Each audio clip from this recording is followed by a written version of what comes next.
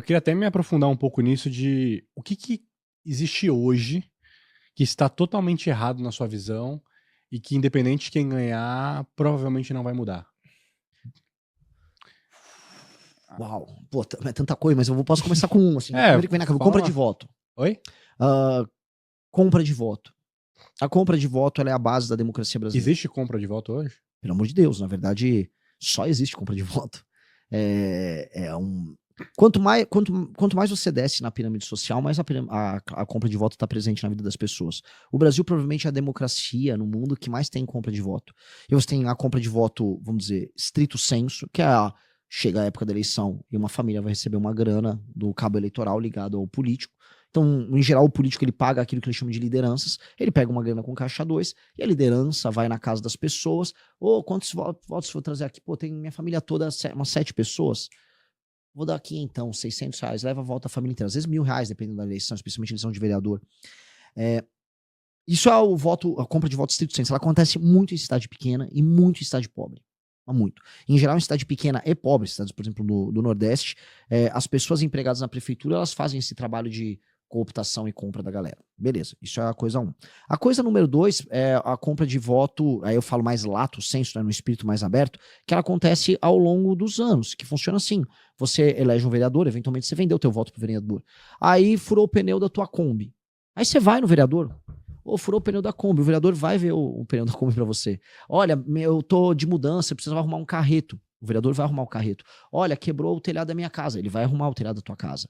Aí de onde vem o dinheiro que esse cara fica resolvendo as coisas? É aí que a gente começa a entender o mecanismo da corrupção no Brasil. O mecanismo da corrupção não é só um político grandão que tá ele próprio, vamos dizer, precisando roubar, botar o dinheiro no bolso. Lógico que isso acontece. Só que existe uma estrutura toda. No fim do dia, esse político grandão, vamos supor, um deputado federal, que tá envolvido no escândalo do INSS.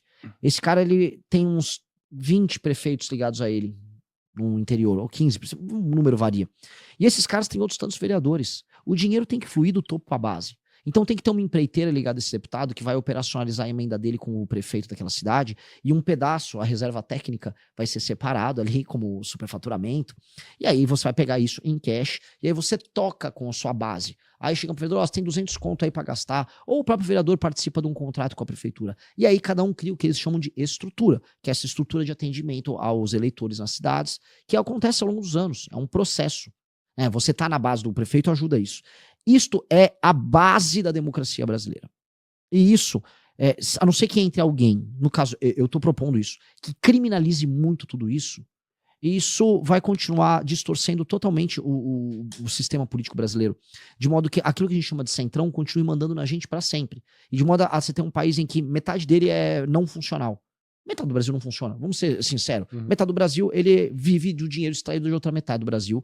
E ele pouco trabalha, as cidades são CNPJs para ficar operando emenda.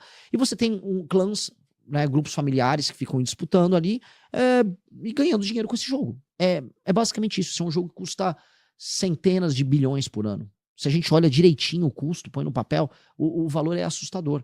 E esse é um jogo que precisa acabar. Acho que essa seria a grande reforma a se fazer. Agora, se eu não ganhar, esse assunto nem sequer é mencionado pelos outros candidatos. Esse assunto sequer existe. Não é uma preocupação para eles. Agora, não existe nenhuma reforma política que não passe por resolver isso que eu tô falando aqui. Cara, é real. Que outro absurdo, assim, que tem hoje? Eu quero saber essas coisas, é curioso. Mas tem muito, né? A gente tá no Brasil, dá pra gente fazer um programa inteiro só disso. 100 absurdos do Brasil. Eu contei 2, eu posso amarrar, vou fazer uma coisa legal, vou amarrar uma coisa na outra, né? O político influencer e o político comprador de voto, né? Quando a gente surgiu lá em 2015, 2016, a gente falou, cara, a gente tem que entrar na política usando as redes sociais para colocar gente nova, sangue bom na política. Ledo engano, inocentes, né? Primeiro, o que aconteceu? Ora, se você usa a rede social como uma ferramenta, outros vão usar e todo mundo... E você tem limites. No começo tinha limite, vamos fazer um negócio sério e tal. Só que alguém cruza o limite e todo mundo vai alargando o limite, levando pro absurdo. Até o ponto da gente ter, por exemplo, sei lá, teve nele... A Janela Pascoal fazia campanha para um candidato chamado Coringa Reaça nas eleições de 2022, que era basicamente o Coringa do Batman, que eles iam ser reaça. São figuras patéticas da direita que foram levando o discurso apenas para aquilo que é viral e atende o desejo das pessoas de entretenimento nas redes sociais. Isso virou um problemão. Até que o Centrão, o mesmo que faz essa operação de grana, falou, e se eu também gravar esses vídeos idiotas? E aí surgiu o prefeito de Recife, o João Campos, o Manga, o próprio Topázio lá de Florianópolis, que é o prefeito do Centrão pop nas redes sociais. Que é uma mistura de... O Manga é famoso. Manga colossalmente famoso. E assim, o Manga é um ladrão que desviava a grana da saúde através da igreja da esposa. A gente olha isso aqui e fala, cara, é tudo errado. O cara desvia a grana da saúde através de uma igreja. Esse cara, né, tem que ir muito pro inferno, assim, não há o que dizer. Esse cara é um canalha, mas ele nem liga. Ele continua fazendo os vídeos dele de humor e as pessoas defendem ele. Porque o entretenimento fala mais alto do que isso. Então, no fim, olha a volta que as coisas deram. As redes sociais se tornaram um instrumento daquele próprio sistema que eu estava descrevendo de manutenção dele no poder. E aí volto pro começo do podcast.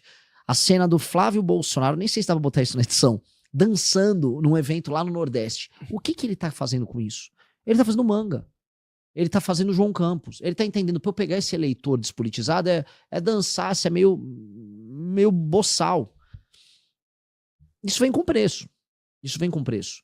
Você não vai alterar o jogo como ele é. Você nunca vai ter uma reforma fiscal concreta, sabe? Pra gente ter aquele Brasil que a gente fala, pô, fiscalmente responsável, sem usar a marretada da taxa de juros cair de maneira concreta lá pra baixo, curva de dívida resolvida, a gente só focar em gente competitiva. Você não vai ter isso se aquele outro assunto não for resolvido. Mas ninguém quer olhar pra esse outro assunto. Esse outro assunto, todo mundo finge que não existe. E aí ficam com aquela coisa tipo, não, mas o Kassab tem um plano. O Kassab é literalmente isso. O Kassab literalmente é o cara que tem o maior número de prefeitos no Brasil, e os prefeitos do Kassab vivem disso. Então, o sistema é foda, parceiro do Tropa de Elite, esse é o sistema. O sistema é esse. O sistema, a gente vê as engrenagens de cima, o Xandão com uma toga, tá, mas vamos lá embaixo, vamos lá no chão de fábrica, vamos sair da sede, vamos lá pro chão de fábrica, vamos falar com o peão. O peão é o vereador. E o jogo é esse. E esse jogo tá... Gostou do vídeo? Fortalece no like, se inscreve e compartilha. Ative o sino para acompanhar nossa jornada. O futuro é glorioso.